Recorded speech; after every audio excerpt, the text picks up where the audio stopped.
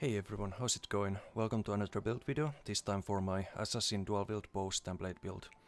This build has a pretty unique high damage hit and run playstyle with lots and lots of different combos and survivability based mostly around mobility rather than damage mitigation.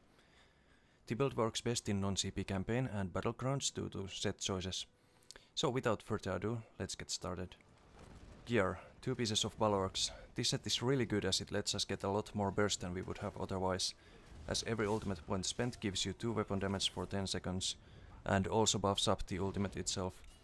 Note that you don't always or even usually have to save up 500 ultimate to burst someone, but if you're fighting someone really tanky, you have the option to do so. And trust me, 1k more weapon damage on an in-cap followed by Assassin's well, it hurts. The set is basically a more reliable set for burst than Celine for example, and also buffs up the vigor heals and all the sustained damage for 10 seconds after use. You can get this set from the new dungeon added in Wolfhunter update, March of Sacrifices. We also use this set to get a light and heavy armor piece for Undaunted passive, as the other sets for this build are medium armor only. Next up we have 5 pieces of Sunderflame. Yeah, you don't see this set often, but it practically doubles the damage of every heavy weave you do. The proc is guaranteed from every heavy attack and deals more damage than Poisonous Serpent for example, which is a set that many people use, with a chance to proc a burning status effect for even more damage.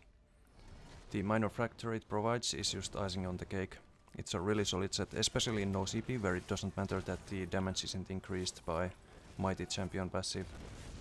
We keep this set on main bar only, as you can simply weapon swap right after a bow heavy attack to still proc it, and most of our heavy weaving is going to be with dual wield anyway. The set drops in City of Ash 1 and 2. 5 pieces of Seer Venom, another really solid proc set with really good 2 to 4 piece bonuses. We proc this set by either using Poison Injection with any of the dot ticks being able to proc it when the set is not on cooldown, or by hitting someone with Steel Tornado. Again, we only need this set on main bar, as the Poison Injection dot tick will proc it after you weapon swap. You can find this set in Imperial City Prison. There are also key fragments you can buy from other players, which open a vault in the beginning of that dungeon. Inside is a chest that can drop pieces of this set. That could be an alternative to farming the dungeon. Lastly, we have Master's Bow on the off bar to significantly increase our damage output. You can get this bow from Dragonstar Arena. On this build I like to go 3 well fitted and 4 impenetrable on armor pieces with tri-stat enchants on all of them. The dual wield weapons should be non-honed mainhand and offhand sharpened with double damage poisons. These poisons will maximize our burst as they start dealing plus 20% damage after in-cap.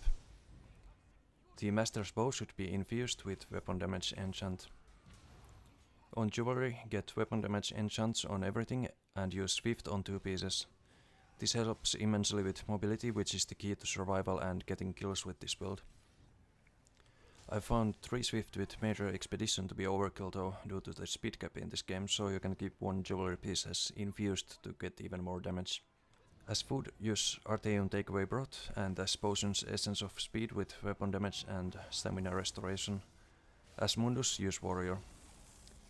And this is what your stats should look like if you followed this build so far.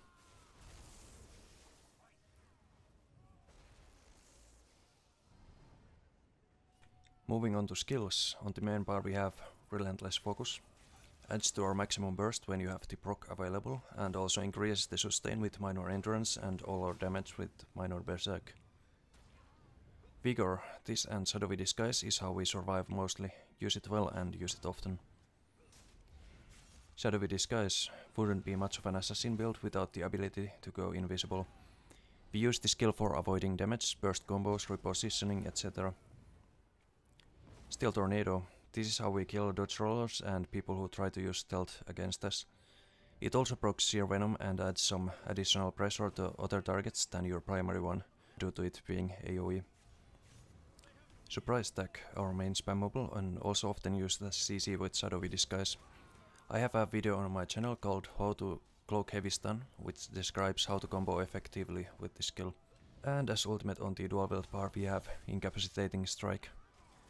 This lets us really pressure just about anyone by putting Major Defile on them, proccing the Balork weapon damage, and then buffing all that damage that was just buffed by Balork by another 20%. It's particularly brutal when you land it, someone instinctively tries to dodge roll afterwards and you just still tornado them down.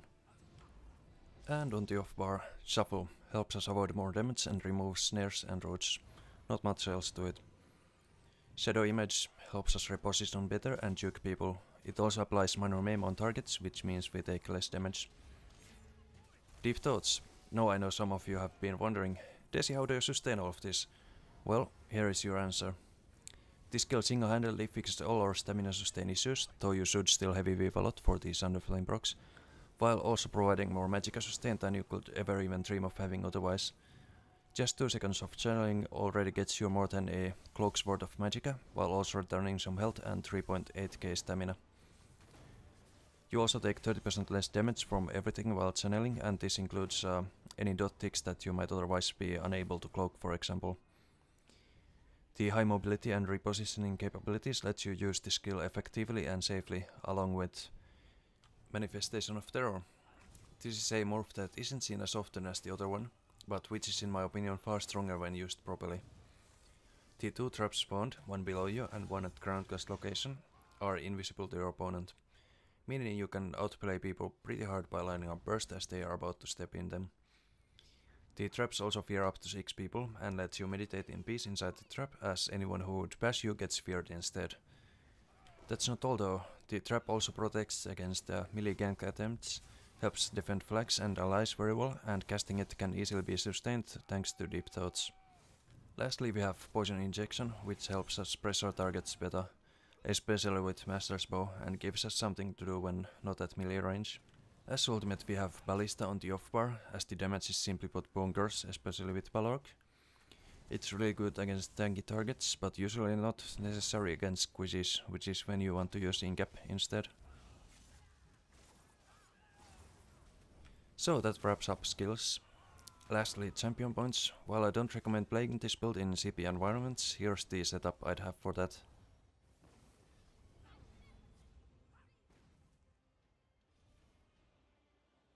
And that's everything. Thanks for watching, enjoy the rest of the BG, and I'll see you all next time. Bye.